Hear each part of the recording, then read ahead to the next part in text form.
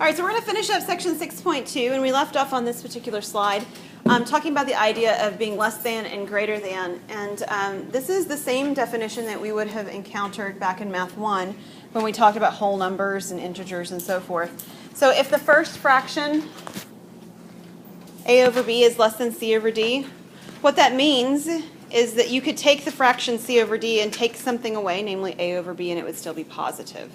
Okay, so and let me just do some numbers that would work for this with just some whole numbers because it's the same thing.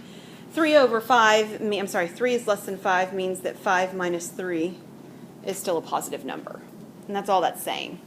Okay, and similarly, if we switched it around, we'd have the greater than definition, right? And so you see all the signs are just reversed. I'm sorry, I take it back. All the signs are reversed. The second statement is actually telling you that if you reverse the signs, it changes the sign from being greater than with c over d on the left to being less than if you put the c over d on the right, right? In other words, if 3 is less than 5, it's also true that 5 is greater than 3. That's what that's saying. All right, equivalent fractions, or I'm sorry, not equivalent, estimation of fractions. These are fractions that are roughly equal to what we started with, but they're easier to work with. For instance, if I talked about the number 14 over 30, it's just a little awkward. And it's nearly 15 over 30 anyways, which is 1/2. So it's easier as I'm doing calculations if I'm just estimating to work with the fraction 1/2 than it is to work with the fraction 14 over 30. Does that make sense? So you're going to have some problems in your book, and they're going to actually tell you how to do some of your estimation. Like they're going to give you some numbers like, is it closer to 0 to 1/2 to 1/3 to 1/10? I mean, like they're going to give you some options, almost like a multiple choice a little bit. The ones that I chose to do actually don't have the multiple choice part of it. But what we're going to do is we're going to look at the numbers that are given, and we're not going to make some of the same mistakes that the students you did in the homework that you guys had. For instance, I've got 12 over 82, and I'm not going to cancel the 2's out, right? Yeah. No, not today. And so I took a look at 12 over 82, and if I do some estimation, approximately what is that? How much? Yes, but we could also approximate to something else that might be a little more obvious at first glance. How about 1/8? I mean, it almost looks like, right, that if I could say, oh, well, 12 is about 10, and that's a 10, and 82 is about 80. So this is about 10 over 80. Right, so this is approximately 1/8. Again, unfortunately, that answer of 1/8 could be problematic if the student simply did what we suggested a moment ago, right? So this might not be the best choice to ask this question about if you've got students struggling with this idea. But this is approximately 1/8. And then we can compare. It says, is your estimate high or low? The ones that you're going to be dealing with, if you'd like to use your calculator and look at a decimal approximation, I know we haven't talked about decimals yet, we will in Chapter 7, but if you want to look at them to make that answer, is it high or low? That's okay.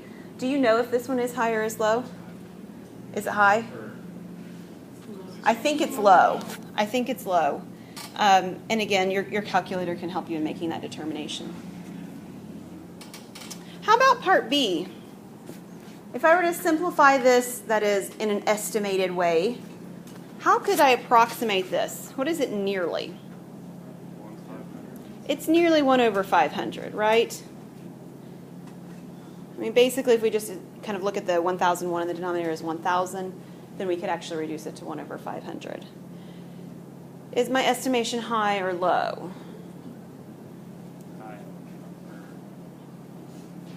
My estimation is... which is it? How do you decide? Well, think with me for a moment on this one, because, I mean, you can use your calculator, and I understand that, but let me show you how you can make the decision pretty quickly on this one. Here's the change that I actually made, right? I actually made the denominator what? Smaller. So the fraction is bigger. I changed the denominator to move my estimation. I only changed the denominator. I couldn't do this kind of reasoning on the first one because I changed my numerator and my denominator. But on this one, I simply changed my denominator. So since the denominator became smaller, the fraction became larger. So this is a high estimate. Again, I'm cool with you looking at your calculator to make those judgment calls.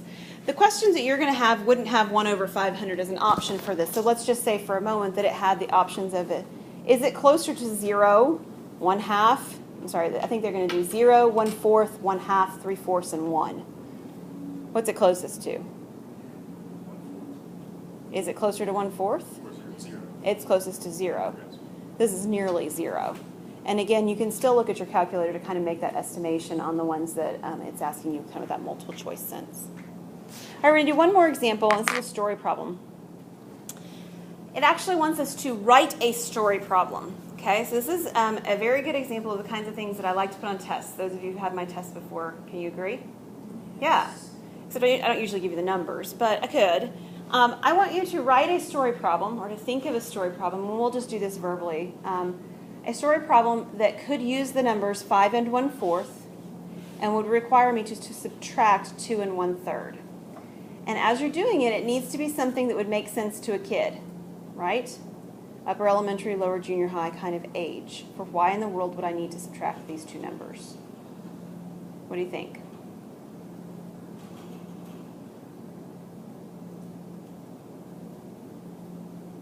First thing to do is you got to pick a topic. What kind of a question do you want to use? What is it that you want to try and subtract?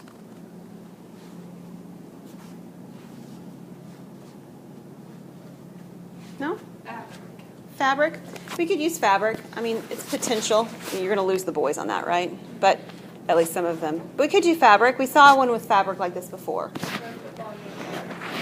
Well, we can try for that. Fabric for a football uniform. There we go. All right, so what in the world would the problem look like if we used that? Can you write it? Can you say it out loud? 5, 1/4, fabric. I don't know. Can someone help her? I would need Maybe you started off with 5 and 1/4 points of fabric, and then you cut off 2 and 1/3 fabric. How much fabric do you have left? Okay. Yeah. And we'd want to have a reason for cutting the fabric. So something like maybe the football example, right? So I'm making a football uniform. I have, and he's a short, stubby little boy. Okay, so I have a short, stubby little boy, and I've been given, or I've purchased 5 and 1/4 yards, because fabric is done in yards of fabric, and the uniform requires 2 and 1/3, or maybe just the shirt of the uniform requires this. How much is left for the pants? Or some variation of that. Does that make sense? So you have to have a reason for the 5 and 1/4 being there, and a reason for the 2 and 1/3 being there. All right, so now you've heard one with fabric. Can you think of another thing you might want to subtract? Could you do this with baking measurements? Yes, you could, because also the 1/4 and the 1/3 are actually measurements for cups and baking. The recipe calls for that, but you're making for a smaller group, so you have to, or it calls for the 2 and 1/3, but you're making for a larger group, so you have to. So how about something maybe like this? What if you said that you needed 5 and 1/4 cups of flour to make the apple pies, but you only have 2 and 1/3? Yeah. How much do you have to go borrow from your neighbor?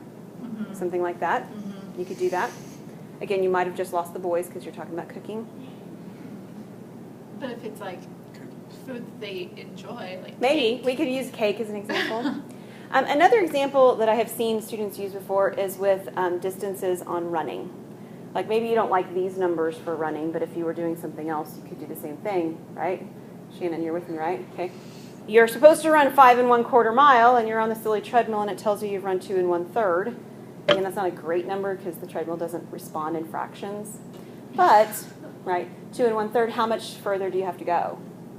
So you could do that with distances. And not necessarily maybe even running. Maybe it's the distance to your friend's house and you've walked there or something like that.